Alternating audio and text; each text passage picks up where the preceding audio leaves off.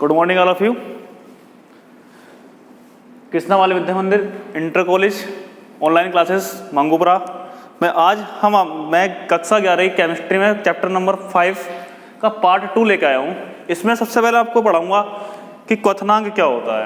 क्वथनांक अर्थात वह निश्चित ताप जिस पर किसी द्रव का वाष्प दाब वायुमंडल वाष्प दाब के बराबर हो जाता है उसे हम क्वथनांक बोलते हैं। या ये मान लो कि वह ताप जिस पर कोई पदार्थ उबलना प्रारंभ कर दे वो क्या कहलाएगा? क्वथनांक। जैसे जल है तो जल का जो क्वथनांक हमारा होगा वो कितना होता है? 100 डिग्री सेंटीग्रेड। अर्थात जो पानी है हमारा 100 डिग्री सेंटीग्रेड पर उबलना प्रारंभ करता है। उसके बाद आता है हमारा वाष्प दाब। वाष्प दाब, ये वाष्प दाब क्या होता है? देखिए क्या होता है, अगर हम किसी बर्तन में अगर पानी रख दें, क्या रख दें? पानी रख दें, और इस पानी रखने के बाद हम क्या देखते हैं कि इसके अंदर जो सोलवेंट है, ये जो पानी है, इस पानी के पार्टिकल्स उड़ना प्रारंभ कर देते हैं। ठीक है, ये मतलब अपने जो पृष्ठ है आपस में मॉलिक्यूल टकराएंगे, टकराने के बाद अपने पृष्ठ को छोड़कर ऊपर की तरफ जाएंगे और जाने के बाद यहाँ पर टकराएंगे। मतलब पहले ये लिक्विड है, इस लिक्विड से ये वाष्प में कन्वर्ट हुआ, कोई द्रव है, द्रव हमारा काय में कन्वर्ट हुआ? वाष्प में कन्वर्ट हुआ। तो द्रव हमारा वाष्प में कन्वर्ट हुआ, फिर टकराकर वाष्प से द्रव में बना। तो कहने मतलब क्या कि द्रव और वाष्प के बीच की जो साम्य अवस्था होगी, द्रव और वाष्प के बीच की जो साम्य अवस्था होगी वो क्या कहलाएगी? हमारी वाष्प दाब कहलाएगा। क्या कहलाएगा? वाष्प दाब। अब तीसरा पॉइंट आता है, इसका नॉर्मल पॉइंट है हिमांक। हिमांक क्या होता है? अर्थात फ्रीजिंग पॉइंट। इसका मतलब क्या है कि वह निश्चित ताप जिस पर कोई द्रव ठोस अवस्था में परिवर्तित हो जाए वो क्या कहलाएगा? हिमांक कहलाएगा। क्या कहलाएगा? हिमांक। अब जो हमारी आवर्त सारणी है, आवर्त सारणी में अब टोटल गैसें कितनी हो सकती हैं? जो टोटल एलिमेंट 118 हैं, उन 118 एलिमेंटों में गैसें कौन कौन सी होती हैं? तो टोटल मिला के हमारी 11 गैसें हैं। 11 गैसें कौन कौन सी हैं? एक तो हमारी हाइड्रोजन है, हाइड्रोजन के बाद हमारी हीलियम होगी, हीलियम के बाद आती है हमारी नाइट्रोजन, नाइट्रोजन के बाद ऑक्सीजन, ऑक्सीजन के बाद फ्लोरीन, फ्लोरीन के बाद हमारी आएगी नियोन, नियोन के बाद क्लोरीन, आर्गन, क्रिप्टॉन, जीनोन और रेडॉन। ये टोटल मिला के हमारे 1 2 3 4 5 6 7 8 9 10 11 तो टोटल एलिमेंट हैं। इन टोटल एलिमेंट्स में 118 तत्व, जो 118 तत्वों में टोटल मिला के हमारी 11 गैसें हैं। 11 गैसों सबसे हल्की गैस कौन सी है? हाइड्रोजन, उसके बाद हीलियम, और सबसे भारी कौन सी है? रेडॉन। अब ये जो गैसें हैं, एक ये वाली गैस, 2 3 4 5, ये गैसेस जो हैं ये हमारी अक्रिय गैस होती हैं। कैसी होती हैं? अक्रिय। और इस वाली गैस का जो प्रयोग किया जाता है वो वायुयान के टायरों में किया जाता है, हीलियम का गैस। इसका प्रयोग जो होता है वो कैंसर के उपचार में किया जाता है। ठीक है, अब हम बात करेंगे गैसीय नियम की, जो हमारे गैसीय नियम हैं।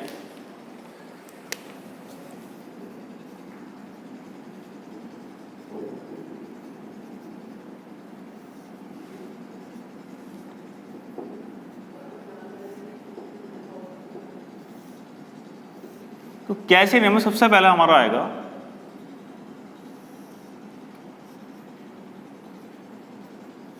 चार्ल्स का नियम।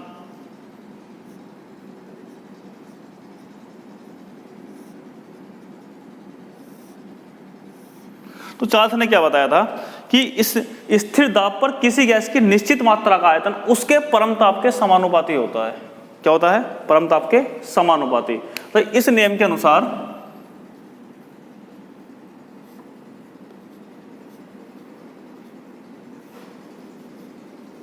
इस नियम के अनुसार स्थिर दाब पर किसी गैस की निश्चित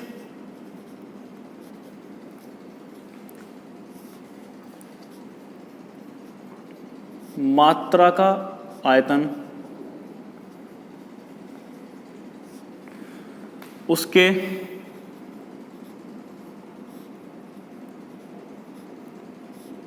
परम ताप के समानुपाती होता है।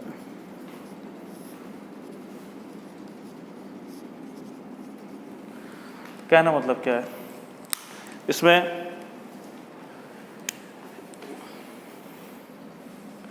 स्थिर दाब पर किसी गैस की निश्चित मात्रा का आयतन अर्थात V, क्या है हमारा V, परम ताप अर्थात T, तो ये क्या बनेगा हमारा V समानुपाती T, ये बन जाएगा V इक्वल्स टू KT, क्या बन जाएगा V इक्वल्स टू KT या V अपॉन T बराबर K, तो V अपॉन T बराबर क्या हो जाएगा कांस्टेंट।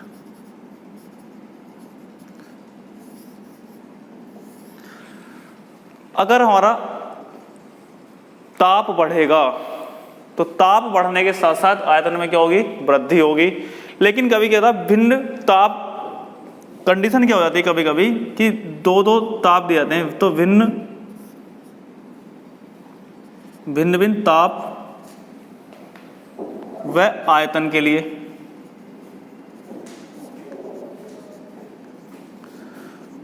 भिन्न ताप और आयतन के लिए क्या होगा, जैसे इधर रखा है हमारा ये था, तो हमारा V1 upon T1 equals to V2 upon T2 equals to क्या हो जाएगा कांस्टेंट। तो चार्ल्स का नियम क्या है कि इस नियम के अनुसार स्थिर दाब पर, दाब कैसा है कांस्टेंट है, स्थिर दाब पर किसी गैस की निश्चित मात्रा का आयतन उसके परम ताप के समानुपाती होता है, अर्थात V समानुपाती T, V equals to KT, V upon T equals to K और V upon T equals to constant. अगर भिन्न भिन्न तापों की हम बात करें, भिन्न ताप और आयतन के लिए, तो V upon T equals to V2 upon T2 equals to constant होगा। इसके बाद दूसरा नियम आता है वायल का नियम। किसका नियम, वायल। तो यहां पर भी हम क्या करेंगे, जो वायल का नियम है इसमें एक चीज कांस्टेंट कर देंगे। जो वायल का नियम आपका है, तो वायल का नियम क्या है,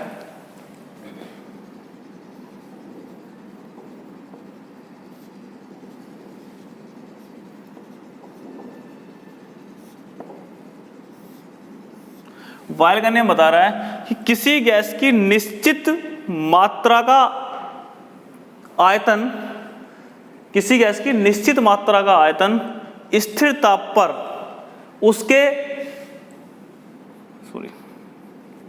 P मतलब क्या है कि स्थिर ताप पर किसी गैस का दाब उसके आयतन के व्युत्क्रमानुपाती होता है। तो ये बन जाएगा तुम लोगों का P प्रोपोर्शनल 1/B, तो P इक्वल्स टू बन जाएगा KB, क्या बन जाएगा KB, तो PV equals to K, PV equals to K। अगर हम भिन्न भिन्न दाब की बात करें, भिन्न भिन्न दाब व आयतन पे की बात करें, तो ये बन जाएगा P1 V1 बराबर P2 V2।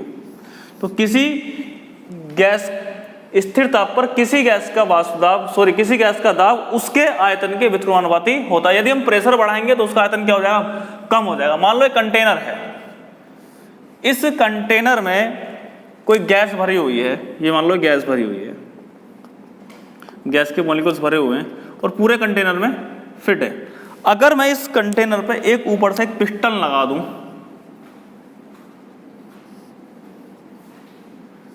और पिस्टन लगाने के बाद एक प्रेशर नीचे को, मतलब एक प्रेशर लगा दिया जाए, तो जैसे जैसे प्रेशर बढ़ेगा तो इसका जो लेवल है, जो मतलब मॉलिक्यूल हैं गैस के, वो आपस में पास पास आते हैं। तो पास पास आएंगे मॉलिक्यूल, तो क्या होगा, इसका आयतन क्या हो जाएगा, हमारा कम हो जाएगा। आयतन क्या हो जाएगा, कम हो जाएगा। उसके बाद हम बात करते हैं, आगे है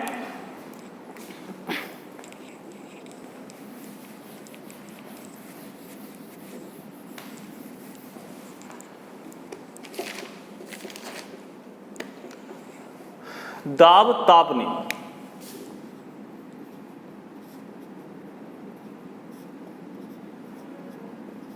दाब ताप नियम। तो इस नियम के अनुसार क्या होता है कि इस नियम के अनुसार स्थिर आयतन पर किसी गैस की निश्चित मात्रा का दाब उसके परम ताप के समानुपाती होता है, अर्थात P जो होगा वो T के समानुपाती होगा। कहने मतलब क्या है कि स्थिर आयतन पर किसी गैस की निश्चित मात्रा का दाब उसके परम ताप के समानुपाती होता है। यदि हम ताप बढ़ाएंगे तो उसका दाब क्या होगा, बढ़ेगा। तो यहां बन जाएगा आपका P इक्वल टू KT या P/T बराबर कांस्टेंट।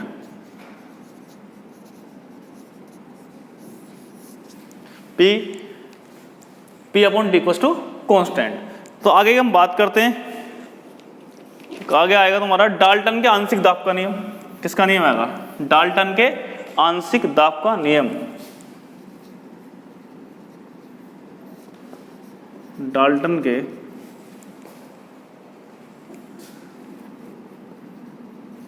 आंशिक दाब का नियम।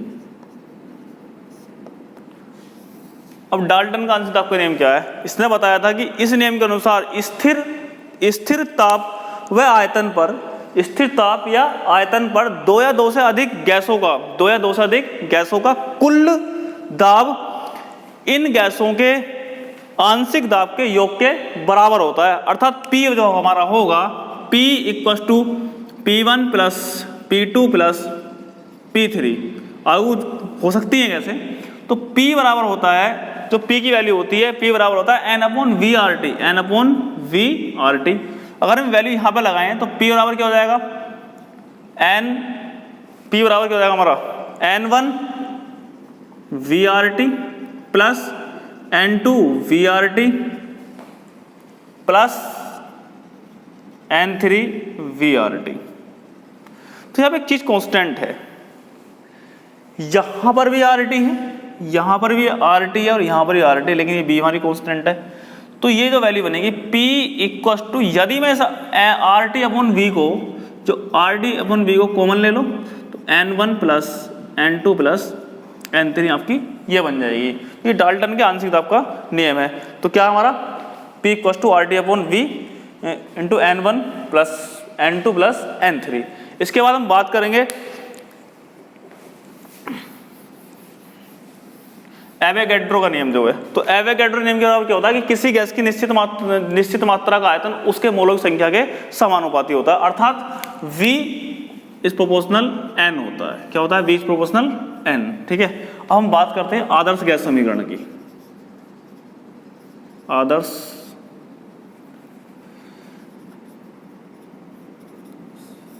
गैस समीकरण। तो तीन नियम है, पहला क्या हमारा चार्ल्स का नियम, वायल का नियम और एवोगैड्रो नियम। तो इन तीनों नियमों को मिलाने के बाद जो समीकरण प्राप्त होती है उसे आदर्श गैस समीकरण कहते हैं।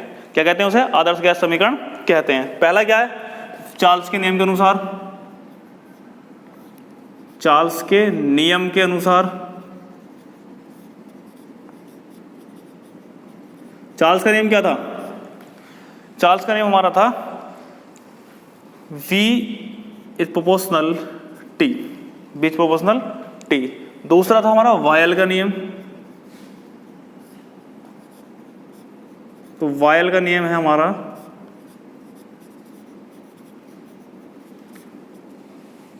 वायल का नियम P इज प्रोपोर्शनल 1/V। समीकरण नंबर फर्स्ट, समीकरण नंबर, और तीसरा है एवोगैड्रो नियम।